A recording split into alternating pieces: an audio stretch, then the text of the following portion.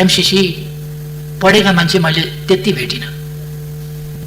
MCC सम्झौता खोजेर ल्याएर पढे हुन्छ,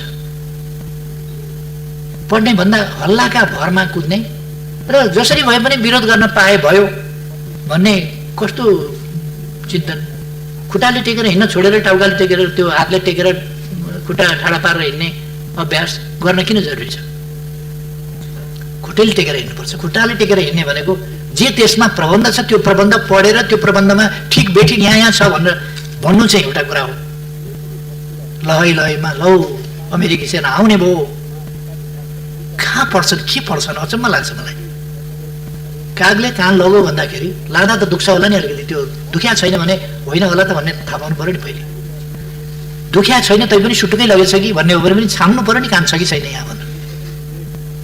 दुःख दुखे पनि वास्ता नगर्ने, छ कि छैन पनि नछाम्ने अनि लय लयमा कुद्ने, यो प्रवृत्ति बडा अचम्म लाग्छ मलाई। अहिले सडकको पनि विषय बनेको छ, अन्तको पनि विषय बनेको छ। यो सान्दर्भिक अहिलेको विषय यहाँको नभएको हुनाले म यसमा धेरै अगाडि जान चाहन्न, तर पढे हुन्थ्यो नि सम्झौतामा के लेखेको छ। के यस देशमा विकास हुन आँट्यो भन्ने चिन्ता हो? यस देशमा विकासका लागि अनुदान आयो भन्ने चिन्ता हो? ठिकै छ, यस सम्बन्धमा म मान्यजीहरू समक्ष आफ्ना विचार अर्को कुनै समय राख्नेछु। यो छलफलमा आउने नै छ। म मान्यजीहरूलाई आग्रह गर्न चाहन्छु, हामी देशका सर्वोच्च जनप्रतिनिधि संस्थाका सदस्यहरू, हामीले इतिहासमा दर्ज हुने गरी बोल्नु पर्दछ। तपाईहरुलाई थाहा छ एक जमानामा महाकाली सन्धिको सम्बन्धमा यति ठुलो बबन्डर आँधी हुरी मचियो, म आश्चर्यचकित भएँ। मैले भने म त त्यस्तो केही पनि देख्दिनँ, यहाँ त ठिकै देख्छु। फेरि हामी आफैले अध्ययन गरेर ठिक छ भनेर दुई सरकारका बीचमा हस्ताक्षर गर्दा हामी सरकारमा नभएको पार्टी पनि त्यहाँ उपस्थित थियौँ र हाम्रो नेतृत्व वर्ग त्यहाँ उपस्थित थियो र यो गरौँ त सही गरौँ, ठिक छ, तपाईहरुको पनि मन्जुर छ, प्रतिपक्षको पनि मन्जुर छ भन्दा मन्जुर छ। प्रणब मुखर्जीले हस्ताक्षर गर्ने बेलामा फेरि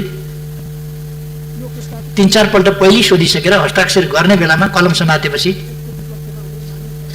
तो मैं साइन कर लूं सोधिया थिए। हाँ ठीक है कीजिए भनेपछि उनले साइन गरे। पछि हाँ ठीक है कीजिए भन्ने साथीहरू बुर्क उफ्रिया देखेपछि मैले अलिकति कडा शब्द प्रयोग गरेका थिएँ। त्यति बेला हामीले कहीँ गाँजा भाङ धतुर केही त खाएको थिएन होला। हाम्रो जस्तो देश चलाउने तहका मान्छेहरू, नीति नियम र कानुन बनाउने तहका मान्छेहरूले देशलाई सर्वोपरि राखेर विचार गर्न पर्दछ। फेरि पनि हरेक विषयमा पक्ष विपक्ष आरोप प्रत्यारोपको विषय होइन, हाम्रा भनाइहरू इतिहासमा दर्ज हुनेछन्। त्यसकारण अहिले संविधान जसरी सर्वसम्मत ढङ्गले संशोधन भएको छ, यो यस संसदको इतिहासको गौरवको कुरा हो, नेपाली हुनुको गौरवको कुरा हो, राष्ट्रियताको प्रश्नमा नेपालको एकताको गौरवको कुरा हो। त्यस्तै गौरवका विषय हुने गरी हाम्रा अभिव्यक्तिहरू पढेर अध्ययन गरेर हेरेर भोलि फरक नपर्ने गरी, हाम्रा नाति नातिनीका पालासम्म फरक नपर्ने गरी, त्योभन्दा पछिसम्म पनि फरक नपर्ने गरी इतिहासमा हेरिने विषय बन्छन्। म मान्यजीहरूको ध्यान आकर्षण गर्न चाहन्छु, इतिहासमा हेरिने विषय बन्छन्। त्यसकारण हामीले संसदमा बोल्दा कहिले के कुरा बोलिराखेका हुन्छौँ। म स्मरण गराउन चाहन्छु, संसदका सबै अभिव्यक्तिहरू रेकर्डेड छन्। हिस्ट्रीले फेरि रेकर्ड उदिन्छ। अस्ति भर्खर मैले एउटा अनलाइनमा हेरेँ, 53 सालमा मैले कालापानीको सम्बन्धमा छलफलमा राखेको कुरो, फेरि त्यति बेर सार्वजनिक महत्त्वको प्रस्ताव पेश गरेको कुरो, सीमा सम्बन्धी विषयमा छलफल गरौँ भनेर राखेको प्रस्ताव अस्ति एउटाले निकालेछ 53 सालको कुरो। मलाई धेरै गाली गर्न सकिन्छ, तर मेरो अभिव्यक्तिमा कहीँ कतै चुकेको कुरो कसैले निकालिदियो भने धन्यवाद दिन्छु। इतिहास खोज्न गए हुन्छ। 55 वर्ष भयो मैले राजनीति गरेको, यो 55 वर्षको इतिहास खोज्न गए हुन्छ, खोजेर एउटा शब्द कहीँ त्रुटिपूर्ण निकालिदिए हुन्छ। 48 सालदेखि म संसदमा छु। संसदमा बोलेका कुराहरूको त्रुटिपूर्ण भनाइ, देश हितको विरुद्धको भनाइ, जनताको हितको विरुद्धको भनाइ, सत्ता पक्षमा हुँदा होस् प्रतिपक्षमा हुँदा होस्, मैले प्रतिपक्षको हिसाबले सत्ताको आलोचना गर्नुपर्छ भनेर त्यसरी बोल्ने गरेका थिएन, छैन। त्यसकारण म भन्छु कि त्यसरी निकालिदिनु भए हुन्छ यदि कसैले सक्नुहुन्छ भने। त्यो सम्भव छैन। अस्ति कसले निकालेछ फेरि यो 53 सालमा मेरो नेतृत्वमा एउटा आयोग बनेको थियो। त्यस आयोगले प्रतिवेदनै दिएको छ। त्यस प्रतिवेदनमा लिम्पियाधुराबाट निस्किएको काली नदी सिमाना हो। त्यसभन्दा पूर्वका उत्तरका पूर्वका लिम्पियाधुरा, लिपुलेक, कालापानी नेपालका भूभाग हुन् भन्ने कुरा त्यस प्रतिवेदनमा पनि लेखिएको रहेछ, जसमा मैले हस्ताक्षर गरेको छु। यो त 53 सालमा पनि लिम्पियाधुरादेखि भनेको रहेछ, आज मात्रै होइन। महाकाली सन्धिको समयमा पनि मेरो भनाइ कसलाई मन परेन र के भन्यो भन्ने कुरा होइन, लिखितै प्रमाण कसैले खोजेर निकालेछ, धन्यवाद छ। लिम्पियाधुरादेखिकै भूमि नेपालको हो भनेर त 53 सालमा नै मैले प्रतिवेदन बुझाएको रहेछु, हस्ताक्षर गरेको रहेछु। त्यसकारण मेरो आग्रह छ, हाम्रा बहसहरू तदनुसारकै इतिहासमा सत्य साबित हुनुपर्दछ, सेन्टिमेन्टका कुरा होइन। हामीसँग हाम्रो परराष्ट्र नीति हुनुपर्दछ, हामीसँग लगानी नीति हुनुपर्दछ, हामीसँग अनुदान कस्ता स्वीकार्ने अस्वीकार्ने ती नीति हुनुपर्दछ। हामीले बोल्दाखेरि यस्ता कुराहरू सबैको सुस्थिर विश्लेषणका साथ बोल्नुपर्दछ। त्यतापट्टि म साथीहरूको ध्यान आकर्षण गर्न चाहन्छु।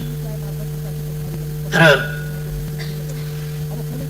विचार राख्न, देश र जनताको हितको पक्षमा अध्ययनका निष्कर्ष र विचार राख्न हिचकिचाउनु हुँदैन, हिचकिचाउनु पर्दैन। त्यो स्वतन्त्रता हामीलाई छ। विचार छलफलका लागि पार्टीले निषेध गर्दैन, व्हिप लगाउँदैन। कमसेकम मैले नेतृत्व गरेको पार्टीको कुरा म गर्छु। छलफलका लागि निषेधित व्हिप जारी गर्दैन। कहिले कहिले मतदानका लागि व्हिप जारी गर्न सक्छ, कहिले कहिले त्यो पनि गर्दैन। जे होस्, म मान्यज्यूहरूलाई धन्यवाद भन्न चाहन्छु। यस दिशामा हामीले हाम्रो संसदलाई, सिङ्गो सङ्घीय संसदलाई, त्यो प्रतिनिधि सभा होस् वा राष्ट्रिय सभा, यसलाई गरिमामय, जनताको नजरमा विश्वसनीय, अत्यन्तै फलदायी, देश र जनताका हितमा साँचो अर्थमा सजग ढङ्गले उभिने संस्थाको रूपमा अगाडि लानुपर्छ। यो बडो फेसनै चलेको छ। यहाँ मान्यज्यूले मात्रै भन्नुभएको होइन, यो अरूले पनि भन्छन्। प्रधानमन्त्री कार्यालय मातहतका निकायहरूमा गरिएको अनावश्यक खर्चको विनियोजन जुन छ त्यो चाहिँ कोरोनामा लगाइयोस् भनेर। त्यो प्रधानमन्त्री कार्यालय मातहतको यो फेसन जस्तो कुरा होइन यो। त्यसकारण म आग्रह गर्न चाहन्छु, त्यस्तो अनुपयुक्त बजेट, अनावश्यक बजेट यहाँ विनियोजन गरिएको छैन। कोरोनाको लागि उपयुक्त बजेट, आवश्यक बजेट विनियोजन गरेर हामी नियन्त्रण गर्छौँ। त्यसो गर्दा कुनै संस्थाप्रति या कुनै देशभित्र पनि राजनीतिक आग्रह जस्तो कुराहरू झल्किनु वाञ्छनीय हुँदैन। त्यतापट्टि मान्यज्यूको ध्यान आकर्षण गर्न चाहन्छु। मैले अघि पनि भने, कोरोनाले कुनै पनि सकारात्मक योगदान गरेन। अर्को मान्यजीले गर्नुभएको प्रश्न छ कि यसले गरेन नै, र यसले शारीरिक बिरामी मात्रै होइन, मानसिक बिमारी पनि, त्रासको स्थिति पनि, जसले गर्दाखेरि मानिसहरू डिप्रेसनमा जाने। डिप्रेसनको अनेक लक्षणहरू छन् डिप्रेसनका। त्यो लक्षणमध्ये एउटा लक्षण हो मरुमरु लाग्ने। एउटा डिप्रेसनको लक्षण हुन्छ मरुमरु लाग्ने। त्यो डिप्रेसनको लक्षणबाट मानिसहरूले आत्महत्या गर्छन्। सधैँ मान्छेले आत्महत्या गर्न सक्दैन जबसम्म मान्छे डिप्रेसनमा गएको छैन या सधैँ छ ज्यानको माया लाग्छ। जैविक प्रवृत्ति मध्ये पहिलो प्रवृत्ति हो जीवन रक्षा। पहिलो प्रवृत्ति जैविक प्रवृत्ति नै हो, मानवीय मात्रै होइन। जुनसुकै जीव, जुनसुकै जन्तु, जुनसुकै जनावर, जुनसुकै कीट, जुनसुकै पतंग हरेक बाँच्न खोज्छ। कहिले कहिले हामी उपियाँ देख्छौँ, त्यसलाई यसो औँलाले थिच्न खोज्नुहोस्, तपाईँको औँलो त्यहाँ जाने बित्तिकै छड्केतिर फुत्त उफ्रिन्छ, फेरि अर्को ठाउँ यसो थिच्न खोज्नुहोस्, अर्कोतिर फुत्त उफ्रिन्छ, किनभने त्यो बाँच्नका लागि। मैले खाना खाँदाखेरि कहिले कहिले बाहिर ब्रेकफास्ट गर्दा या खाना खाँदाखेरि बाहिर बरन्डामा खान्छु। बरन्डामा खाएपछि कागमसँग खानेकुराको सम्बन्धमा अलिकति लडाइँ गर्न आउँछ। मलाई पनि भोक लागेको छ, आफै मात्रै एक्लै बसेर खाने, ल्याउ खाना भन्न आउँछ। त्यो मैले खाना दिन्छु, तर ऊ जबसम्म सुरक्षित छु, मसँग जालझेल भएको छैन, धोका भएको छैन भन्ने यकिन हुँदैन, तबसम्म मैले खाना दिएको हुन्छु, खाँदैन। किनभने यसले मलाई कुनै ट्रिक त गरिरहेको छैन, यति नजिकै खाना दिएको छ, कसरी खाने? म खाना समाउन खोज्दाखेरि उसले मलाई समात्यो भने के गर्ने? उसले शङ्का गर्छ, यकिन गर्दैन। अनि उसले विचार गर्छ, यो ज्यान खतरामा राखेर खाना काम छैन, भोक लागे पनि बरु भोकै बस्छु, बाँच्यो भने त भरे अन्त पाइन्छ खानेकुरा खाउँला, यहीँ मऱ्यो भनेदेखि त गइगयो, खाना के खाएर अर्थ के भयो? त्यसकारण बाँच्नै पहिलो कुरा हो भन्छ र खान मान्दैन। अनि अलिक परतिर साथ दिएपछि अब म सुरक्षित छु भन्छ र अनि खान्छ। सुरक्षा पहिलो कुरा हो। त्यसकारण पछि पछि त्यो विश्वस्त हुँदै हुँदै अहिले चाहिँ नजिक आएर त्यो सँगै मात्रै होइन, खोसेर खान खोज्छ। कहिले कहिले उसलाई विश्वास हो कि यसले मार्दैन, यसले कुनै पासो थाप्दैन, जालझेल गर्दैन भनेपछि त्यो अलिकति टेम्ड भएको छ, अलिकति घरेलुपन त्यसमा आएको छ।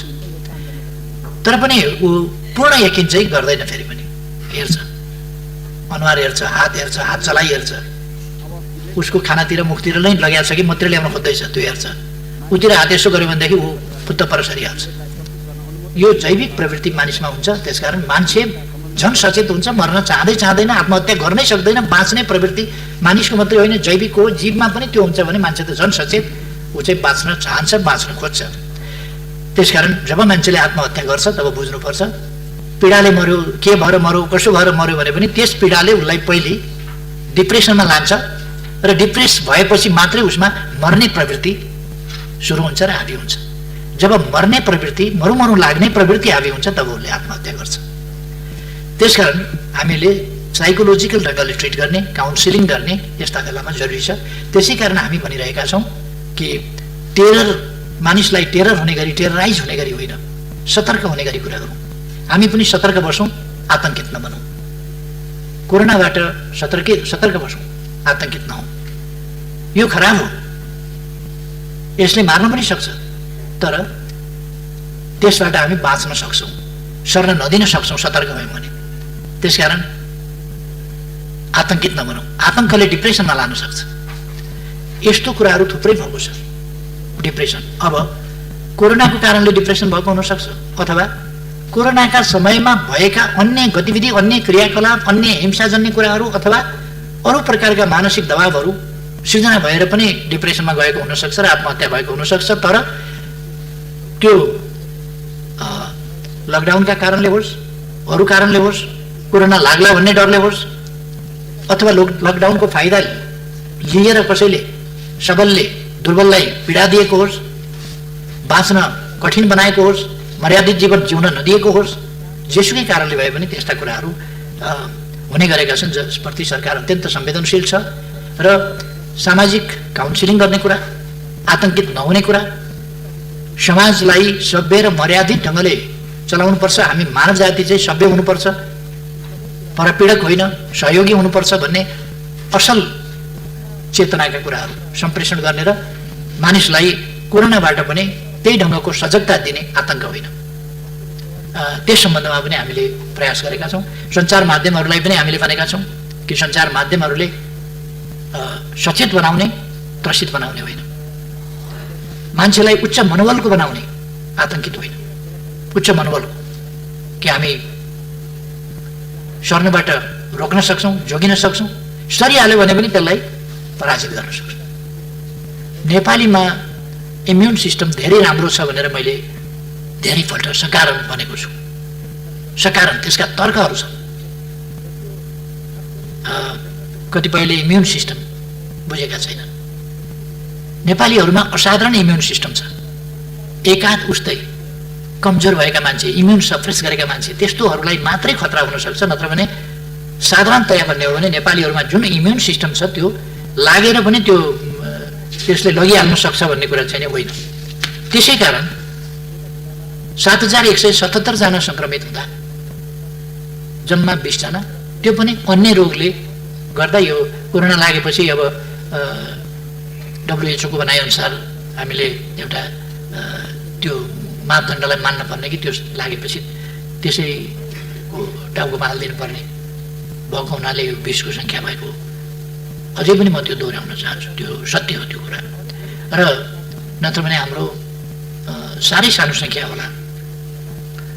यति हामीले 1167 जना त निको पारेर घर पठाइसकेका छौँ। अर्थात् यो निको हुँदो रहेछ नि, निको हुन्छ।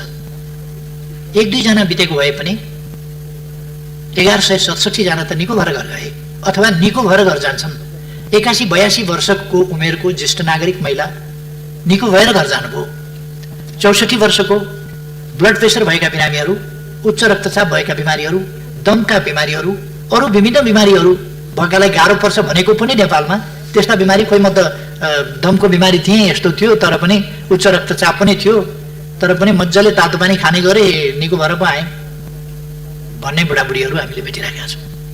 त्यसकारण नेपालीहरूमा इम्युन सिस्टम धेरै धरो छ र हाम्रो उपचार पद्धति प्रवृत्ति पनि भरसक राम्रो छ। तर यसको औषधि छैन। त्यसकारण पर्खिने र प्रतिरोध गर्ने नै यसको, त्यसका निम्ति कसरी प्रतिरोध क्षमता बढाउने त्यस सम्बन्धमा मैले प्रतिनिधि सभामा पनि, सायद राष्ट्रिय सभामा पनि अगाडि पनि मैले बोलेँ होला। कसरी इम्युन सिस्टम चाहिँ दह्रो हुन्छ, दह्रो बनाउन सकिन्छ भन्ने कुराहरू 5वटा टिप्सको बारेमा मैले कुरा गरेँ होला। सन्तुलित र औषधिमय हाम्रो खाना, त्यसलाई समयअनुसार र सन्तुलित ढङ्गले मिलाएर खानेकुरा, हाम्रो बासी खानेकुरा फ्रिजमा राखेर अनेक दिनसम्म खाने भन्दा दैनिक बिहान बेलुकै पकाएर खाने, जति बेला खानु पऱ्यो त्यति बेला पकाएर खाने प्रवृत्ति, त्यो हाम्रो धेरै राम्रो कुरा छ। त्यसले इम्युनलाई राम्रो गर्छ। अर्को, हामी शारीरिक श्रम गर्छौँ, व्यायाम गर्छौँ, योगा गर्छौँ, त्यसकारण हामी स्वस्थ छौँ। यस धरतीमा योगा हाम्रा पूर्वजहरूले खालि शारीरिक व्यायाम मात्रै होइन, प्राणायाम समेत, जो प्राणायामले शारीरिक व्यायाम मात्रै होइन, श्वास प्रश्वासलाई नियन्त्रित, दौडिएर काम गरेर श्वास हुन सक्छ, सास बढ्न सक्छ दौडिँदा, तर त्यो नियन्त्रित श्वास प्रणाली, त्यसको नियन्त्रित र पर्याप्त फोक्सो खाली गर्नेदेखि पर्याप्त फोक्सो भर्नेसम्मको यो श्वासमा फ्याफ्याको हिसाबले मात्रै होइन, त्यसलाई नियमित नियन्त्रित गर्ने, जसबाट मस्तिष्कमा पर्याप्त अक्सिजन, मुटुमा पर्याप्त अक्सिजन जस्ता कुराहरू पुर्याउँछ, जसले सम्पूर्ण शरीरमा रक्त सञ्चारद्वारा अक्सिजन पुर्याउँछ र मान्छे ताजा हुन्छ। यी सब काम हाम्रा पूर्वजले अनुसन्धान गरेका थिए। त्यसकारण यो हामी कहाँ चाहिँ नि त्यसै गरेर आरामका कुरा मैले गरेका थिएँ, त्यसै गरेर स्वस्थ ती कुराहरू मैले भनेको थिएँ र सकारात्मक सोच राख्न पर्ने कुराहरू, उच्च मनोबल राख्न पर्ने कुराहरू। अब कोरोनाले छोयो भन्ने बित्तिकै मर्छु, अब गएँ म भन्ठाने भनेदेखि त बाँच्न गाह्रो हुन्छ। कोरोना भनेको एउटा रुगाखोकी जस्तो लागिहाल्यो भने हाछ्यौँ साछ्यौँ गर्नुपर्छ, तातो पानी खानुपर्छ, उडाइदिनुपर्छ। त्यो हिसाबले सोच्नुपर्छ, उच्च मनोबल राख्नुपर्छ। कोरोनाले लान सक्दैन, लागिहाल्यो भने त्यो मनोबल राख्नुपर्छ। अब मैले अघि नै क्वारेन्टिन र सुरक्षाको बारेमा भने, क्वारेन्टिन विश्व स्वास्थ्य सङ्गठनको मापदण्ड अनुसारै हुनुपर्छ भन्ने हामी सबैको मान्यता हो। हामी प्रयास त्यही गरिरहेका छौँ। तर पनि यथार्थ के हो भनेदेखि हाम्रो सामर्थ्यले अहिलेसम्म लाखौँ मान्छेलाई, जस्तो मैले अघि नै भने, क्वारेन्टाइनमा 1,08,336 जना मानिस अहिले छन्। यति उपयुक्त क्वारेन्टाइन यति बनाउने हो भने करिब करिब युद्ध स्तरमा बनाउने हो भने 1 वर्षमा बनाइसकिँदैन। मान्छे बस्ने आवास बनाउने कुरा हो नि। 1,08,336 वटै टोयलेट बनाउनु पर्यो, किचन बनाउनु पर्यो, त्यहाँ खट्ने मान्छे त्यति चाहियो। यो प्रधानमन्त्री कार्यालय मातहतमा रहेको अनावश्यक खर्च भन्ने छ नि, यो अनावश्यक खर्च भनेको यस्तैमा लाग्ने खर्च, त्यसको अनुगमन गर्नु पर्यो। स्वास्थ्य कर्मीहरू खट्नु पर्यो, डाक्टर चाहियो, नर्स चाहियो। स्वाब टेस्ट गरेपछि त्यो स्वाब टेस्ट गर्ने फेरि पुर्याउने ती सबै मान्छे पनि चाहिए।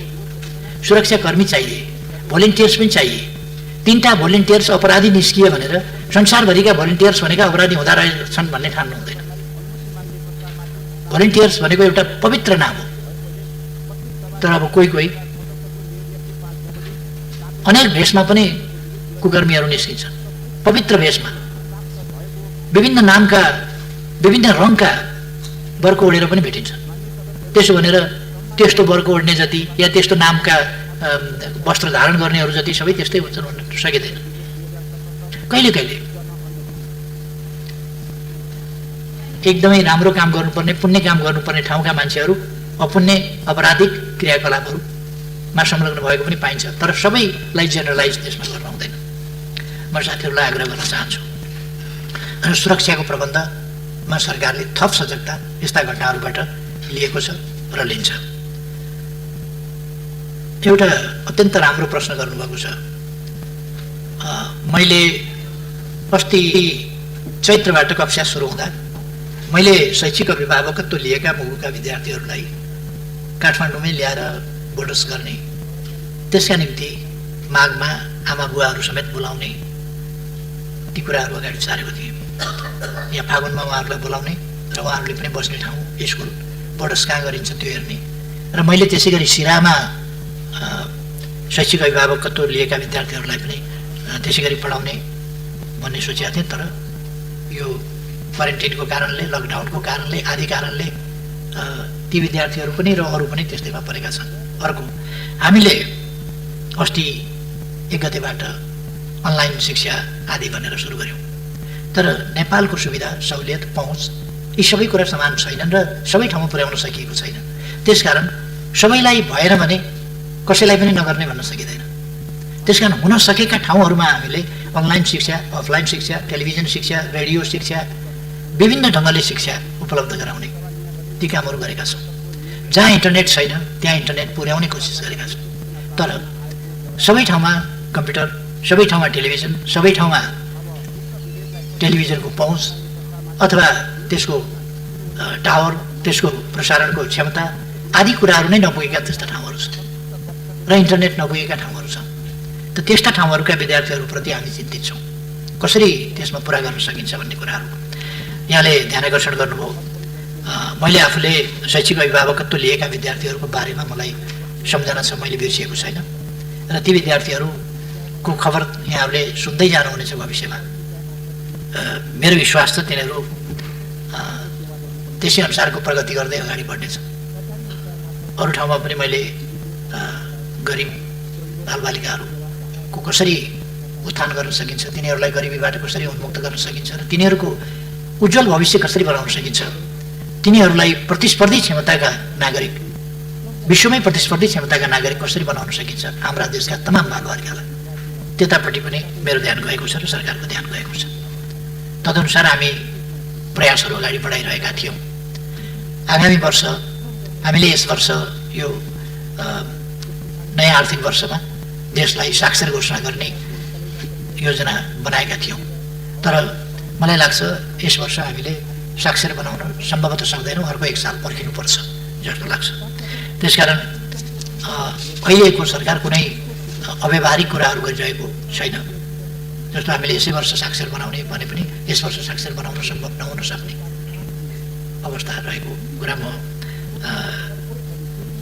साथीहरूमा जानकारी गराउन चाहन्छु। अर्को वर्ष सायद हामीले पर्खिनुपर्छ। तर फेरि अर्को एउटा ऐतिहासिक काम हामी गर्नेछौँ। अर्को वर्ष, अर्को आर्थिक वर्षबाट हामीले नेपाल निरक्षरता नभएको साक्षरहरूको, पढे लेखेका मान्छेहरूकै देश हो भनेर गर्व गर्ने ठाउँमा नेपाललाई एक सिडी फेरि माथि उठाउन सक्छौँ। अनेक क्षेत्रमा हामीले माथि उठाएका छौँ। हामीले एउटा खुल्ला ठाउँमा शौच गर्ने खालको जुन एउटा स्तर थियो समाजको, त्यसलाई माथि उठाएर अब अनिवार्य रूपमा हरेकले शौचालयको प्रयोग गर्न सक्ने, पाउने र गर्ने प्रवृत्ति र सुविधा त्यस ठाउँमा देशलाई पुर्याएका छौँ र एउटा सभ्यताको माथिल्लो सिँढीमा उठाएका छौँ। अघि मैले भने सभ्यताका यस्ता थुप्रै सिँढीहरू, थुप्रै युगहरूलाई हामीले परिवर्तन गरिदिएका छौँ। सडकमा भिखारी देखिने युग समाप्त भएको छ, बालबालिका सडकमा देखिने युग समाप्त भएको छ, भिखमङ्गा सडकमा देखिने युग समाप्त भएको छ, सडक मानव देखिने युग समाप्त भएको छ र अब यसै गरी निरक्षर देश भन्ने मापदण्ड त्यो पनि एक स्तरमाथि देश उठ्नेछ र हामीले दिगो विकास लक्ष्यका मापदण्डहरूमा, थुप्रै मापदण्डहरूमा हाम्रो रेकर्ड राम्रो छ। नीति कार्यक्रम र बजेटमा पनि आइसकेको कुरा हो। हाम्रा प्रमुख मापदण्डहरूमा 14वटा मापदण्डमा हामी अगाडि छौँ र नेपालको प्रगति उल्लेखनीय छ र यस्ता मापदण्डहरूका आधारमा हामी थुप्रै ठाउँमा प्रशंसित पनि भएका छौँ। नेपाल, हाम्रो प्रगति, हाम्रो लोकतन्त्र, यस लोकतन्त्रले दिएका उपलब्धि, यस लोकतन्त्रमा स्मुथली हामीले समाज परिवर्तनको क्रमलाई अगाडि लगेका कुरा, सङ्घीयता कार्यान्वयनको कुरा, संविधान कार्यान्वयनको कुरा जुन स्मुथनेसका साथ हामीले लगेका छौँ त्यसलाई संसारले प्रशंसा गरेका छ।